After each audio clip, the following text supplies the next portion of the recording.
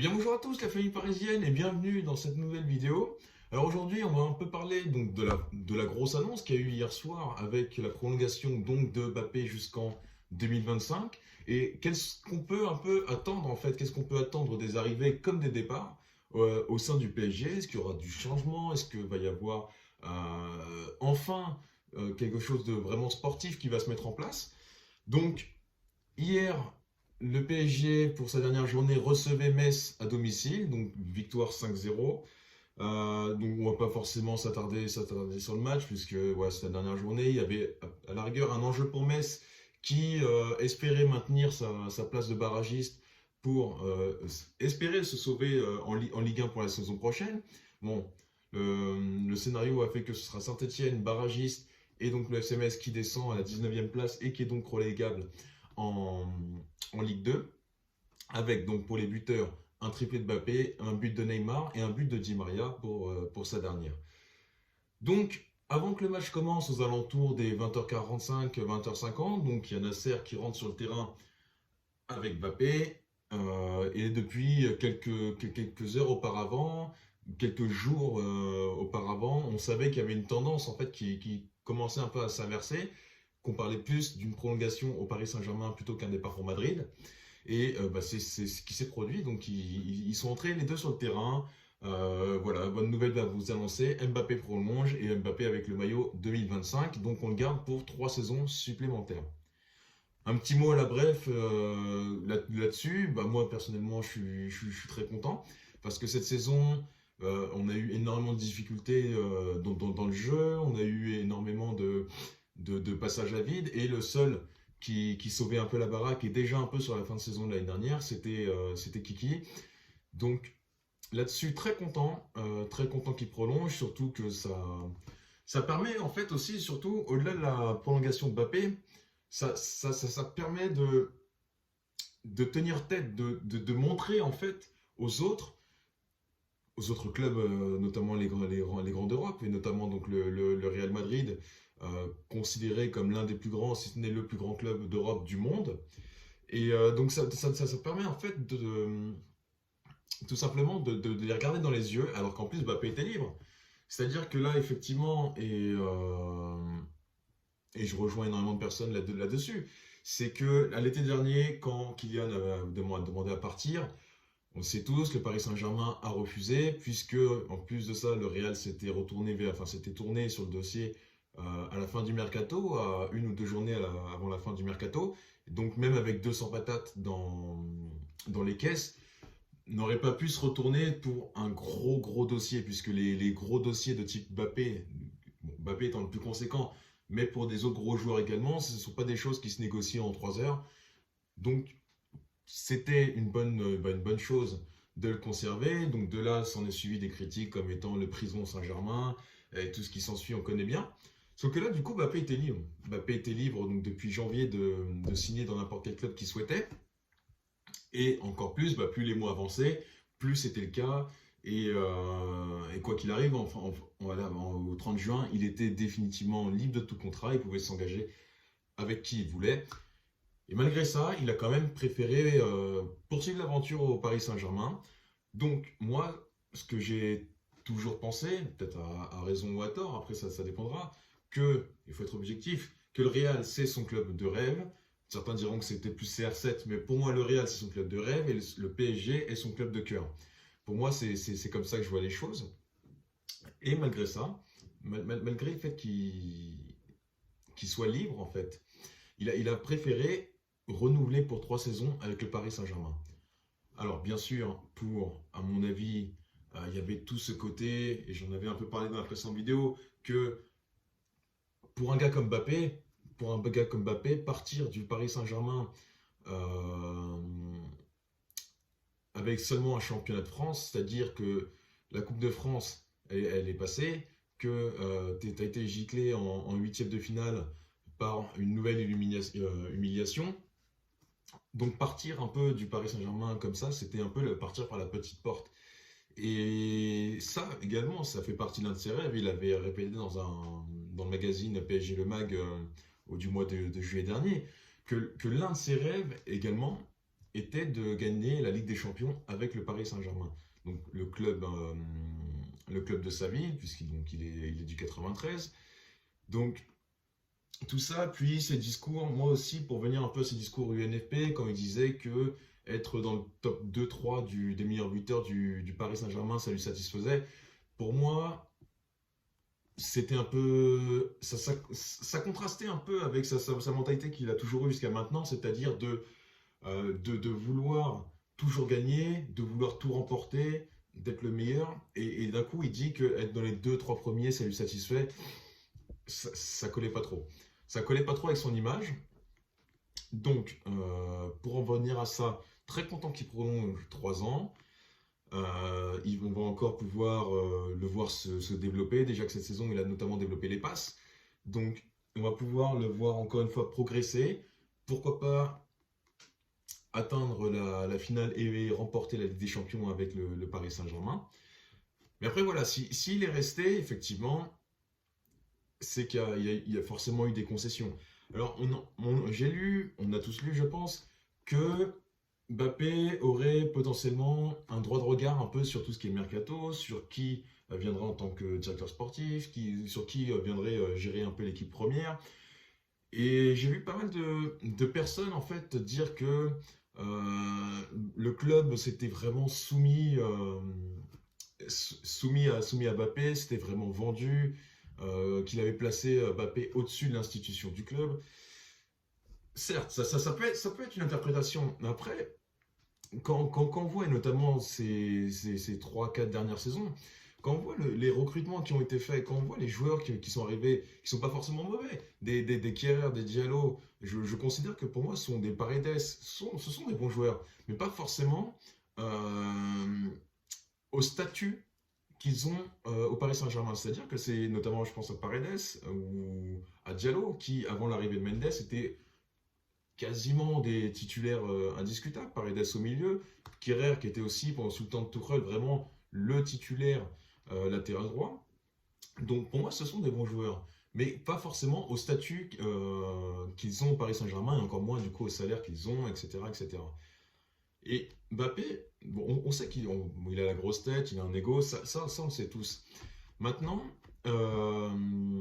Mbappé, comme j'ai dit, c'est quelqu'un qui veut gagner, c'est quelqu'un qui veut tout remporter et qui a un ego, mais que moi je considère comme positif, c'est-à-dire être le meilleur et prouver. Et c'est-à-dire que même s'il a un droit de regard, donc ok, le club s'est peut-être vendu par rapport à lui, très bien.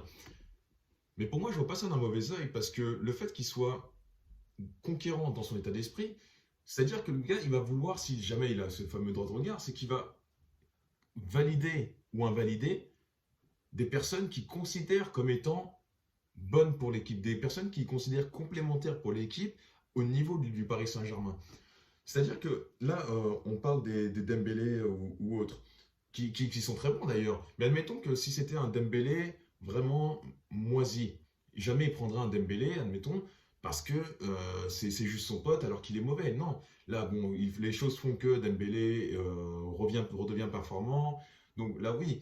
Mais ce que je veux dire, c'est que il va jamais dire oui parce que le nom, c'est un de ses potes. Mais s'il est nul, il est nul. Et jamais il donnera son accord. Donc si c'est le cas et c'est avéré qu'effectivement il ait ce fameux droit de regard vis-à-vis du mercato, moi ça me gênerait vraiment pas parce que c'est quelqu'un qui pense avant tout équipe, qui pense avant tout trophée, qui pense avant tout victoire. Et donc quels que seront les choix qu'il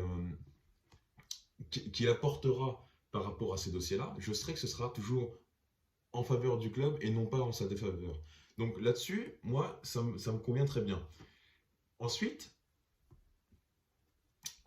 Mbappé, forcément, il y a l'aspect financier, mais qu'on nous dise pas que, notamment les Madrilènes du Poitou-Charentes, qui commençaient à l'élever en Dieu, qui, même au sein du Bernabéu, qui, quand ils se prennent 4-0 lors de leur Classico, ils chantent Mbappé. Quand il y a la double confrontation PSG-Real, Real-PSG, ils chantent Mbappé. Quand il y a Hazard qui arrive en 2020, ils ont chanté Mbappé 2019. Oui, c'était ça, Hazard en 2019. Donc ils ont chanté pour Mbappé. Et puis la presse espagnole, toujours extra couche, super couche, giga couche, toujours Mbappé dans les conférences de presse, pareil, alors, Ancelotti, Mbappé, bim. Bon, et là, du coup, ils retournent tous leur veste parce que ils décident de rester au Paris Saint-Germain, donc il met encore un bon stop au Real, au Real. Mais du coup, forcément, Paris, Qatar, argent, QSG, tout ce qui s'ensuit. Donc ça, on la connaît. Donc forcément, tout est en train d'être retourné autour du financier, qu'il a préféré l'argent ouais, à son rêve, etc., etc. Mais il faut pas croire. Et d'ailleurs, la mère de Mbappé sur Twitter l'a également tweeté, ça, que les deux offres étaient quasi similaires. Donc forcément, il y a un état derrière le Paris Saint-Germain. Donc c'est forcément plus avantageux pour financièrement parlant. Mais qu'on nous dise pas que ça se joue en centaines de millions d'écarts ou autre. Peut-être que oui, sur les trucs de droit à l'image, etc., c'est peut-être là que ça joue également. Mais en termes de financier pur, en termes de salaire et de primes, il ne faut pas faire croire non plus que ça se joue à des centaines de millions en plus. Et ce qui aussi, selon moi, donc en plus de l'aspect financier et de ce droit de regard par rapport au mercato, je pense que la direction lui a également promis des changements, lui a montré du concret. C'est-à-dire que là déjà, on l'a bien vu, hier soir, Leonardo a été évincé de son poste de directeur sportif. Ça parle à l'heure actuelle du DS de Lille, de Campos qui, pour moi, fait du très bon taf. C'est celui qui a notamment créé le Monaco version 2017 champion de France. C'est celui qui a créé le LOSC de Galtier champion de France. C'est un gars qui a ramené quand même des gars comme des Osimhen, des Fabinho. Donc, c'est pas un peintre. C'est pas un peintre. Et je pense que de toute façon, donc déjà au niveau des achats, c'est pas quelqu'un qui est dicté par les noms sur le maillot, c'est quelqu'un qui est dicté par rapport à leurs compétences, à leur complémentarité, à ce qu'ils peuvent apporter à l'équipe, déjà. Et en plus de ça, en termes de vente, je pense très honnêtement que ça ne pourra pas être pire que Leonardo, de toute façon, qui était un zéro pointé, à part Bakker à 10 millions l'année passée. Je n'ai pas forcément souvenir d'une réelle vente, à part un prêt avec moitié de prise en charge du salaire par le club adverse. Mais donc, je pense qu'il y a déjà eu donc, des garanties au niveau du directeur sportif. Il y a déjà du concret, on le voit avec Leonardo qui est parti, avec les rumeurs qui se confirment et avec l'officialisation apparemment à venir la semaine prochaine pour Campos. Maintenant, en termes d'entraîneur, c'est pareil. C'est-à-dire que je le vois mal prolonger et être sous la tutelle en ayant un peu tous ces pouvoirs, en ayant du coup, en étant le maître à jouer donc, de cette équipe du Paris Saint-Germain, je le vois mal le PSG l'avoir convaincu en lui disant pour le coach, on ne sait pas. Pochettino restera pas. On ne sait pas encore qui on va prendre comme coach, etc. Pour moi, je pense sincèrement, même si en ce moment il y a beaucoup de vents contraires, que apparemment également avec Campos ça ne marchera pas, mais je pense, à mon avis, que Zidane peut être une véritable piste. Parce que c'est un joueur qui a jamais caché vouloir être entraîné par Zidane. C'est le Zidane lui-même, en plus de par ses relations avec le Qatar, il y a eu des contacts avec le Paris Saint-Germain. Il serait également, mine de rien, intéressé par le projet, bien qu'il y ait l'équipe de France à côté. Il n'a jamais non plus caché vouloir entraîner des personnes comme des Neymar, des Messi, des Mbappé, qui lors d'une interview Canal Football Club il y a ça quelques années, qui avait dit entraîner le Paris Saint-Germain en tant qu'entraîneur, je ne me refuse rien. Donc pour moi, ce serait l'entraîneur qui a de fortes chances d'arriver. Parce qu'encore une fois, tu ne promets pas à Mbappé des garanties si tu n'as aucune idée de ton coach, si tu ne sais pas qui va venir, si tu ne lui apportes pas en plus, et si tu sais qui va venir, tu ne lui dis pas un nom comme ça. Par exemple, on entend là aussi une piste qui revient fortement, c'est Mota.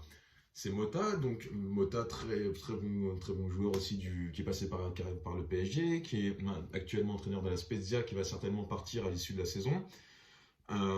Mais Mota, il a encore rien prouvé, il a encore rien prouvé. Son seul palmarès en tant que coach, c'est d'avoir maintenu la Spezia en Serie A.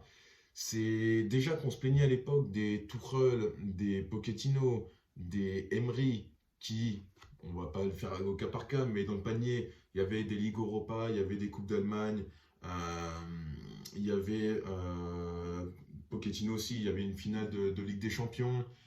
Donc il y avait ça, mais c'était pas forcément du concret concret. Et là, on prendrait encore une fois un second couteau, et cette fois-ci bien émoussé, en la personne de Mota. Encore une fois, ça peut se faire. C'est un pari qui peut se tenter. Mais il n'a rien prouvé en Europe, il n'a pas joué l'Europe en tant que coach, il n'a pas eu un gros vestiaire. Euh, il connaît le Paris Saint-Germain version QSI, mais est-ce qu'il sera suffisamment écouté? Parce qu'en tant qu'entraîneur, comme j'ai dit, il est tout récent, et en plus de ça, il n'a rien. Il n'a rien à part un maintien en Serie A pour la Spezia. Bon voilà, du coup c'était une petite vidéo par rapport à la prolongation de Mbappé et les changements qui sont déjà arrivés et qui potentiellement vont arriver. Et quand on aura d'autres informations, on fera d'autres vidéos là-dessus. Allez la famille, ciao.